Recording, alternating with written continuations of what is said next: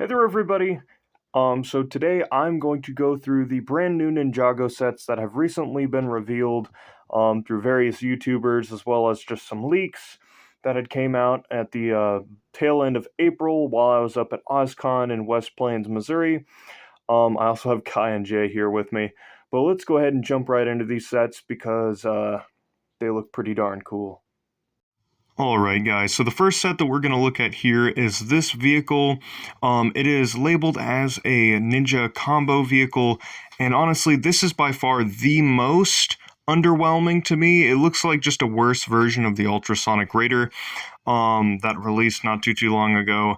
It has some pretty neat minifigures, but personally, I'm not going to be picking this one up simply because even though it does have a very different look to it, I can't get behind this design. I mean, it looks okay, but it's just kind of ugly.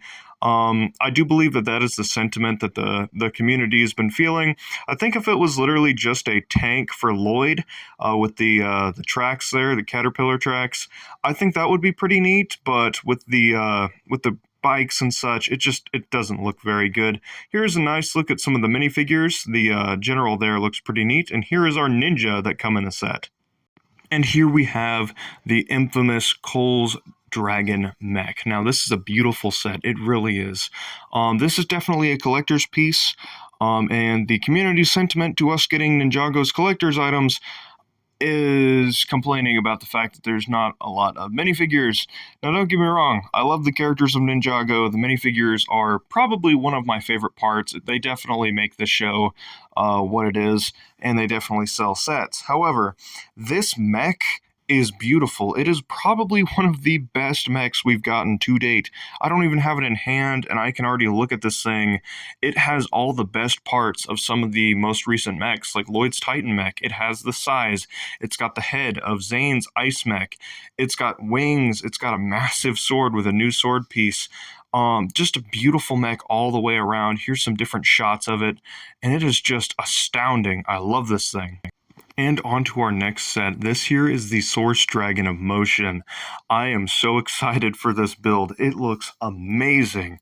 I've already got it on pre-order, so I have it secured, and I'm so dang excited for whenever this thing releases. I have to wait till August because I live here in the United States. Well, most other countries will be getting it in July, but dang, this thing is just beautiful. I might not like the current state of the show, but I also recognize that it's moved on without me. I'm not the target demographic, and thus the show will move on. But if they keep pushing out sets like this, I'll keep buying. They are beautiful, beautiful sets.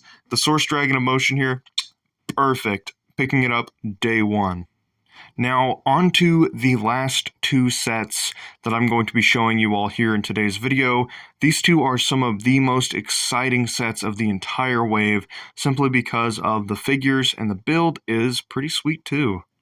As you all can see here, we get a little statue of what appears to be Sensei Wu with a dragon and a scroll in his arms with two massive flags protruding out of the back part of the statue. We get a massive gong, which is pretty neat, as well as this little shrine build that Sora seems to be standing on. We get an Evil J minifigure, an Ash form of the new Elemental Master of Smoke. We get Tox, we get the new Tournament Kai, we get a new version of Sora, and we get a General Wolf Mask Warrior all in one set, as well as Evil J, which is so neat. And they managed to squeeze so much detail into one small set. Definitely is giving off vibes of the Gamers Market. I love it. And on to the last, and probably one of the most exciting sets of the last 2 years. Here we have the Tournament Temple City. Now, this thing is not what I expected it to be. It is a massive shrine build, almost reminiscent of the Temple of Air Jitsu, the way it sits up on these nice rock platforming pieces with the two different side builds off to the side. I mean, they're all together, so it's not much a side build as much as it is just another building.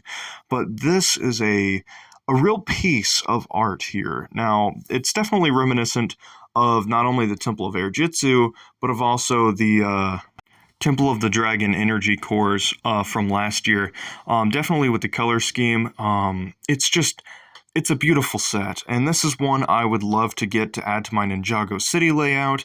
We can see here that we get the return of the Pale Man, as well as Cole, Lloyd, Nia, a Temple Guard, Zane, Aaron, Lord Raz, two civilian figures, as well as the new version of Wildfire, which is just so cool. I almost forgot to mention Raz's second in command. I cannot remember her name at the moment. But it also appears like we get a elemental dragon of nature, which is very cool. I'll probably go off and saddle it up and give Belobo just a little saddle to go off and ride the dragon around. I think that is so neat. It looks like there's a lot of play features in this one, which is very neat for such a massive set. Very cool. But yeah, guys, that has been a quick look at all of the brand new Ninjago 2024 summer sets.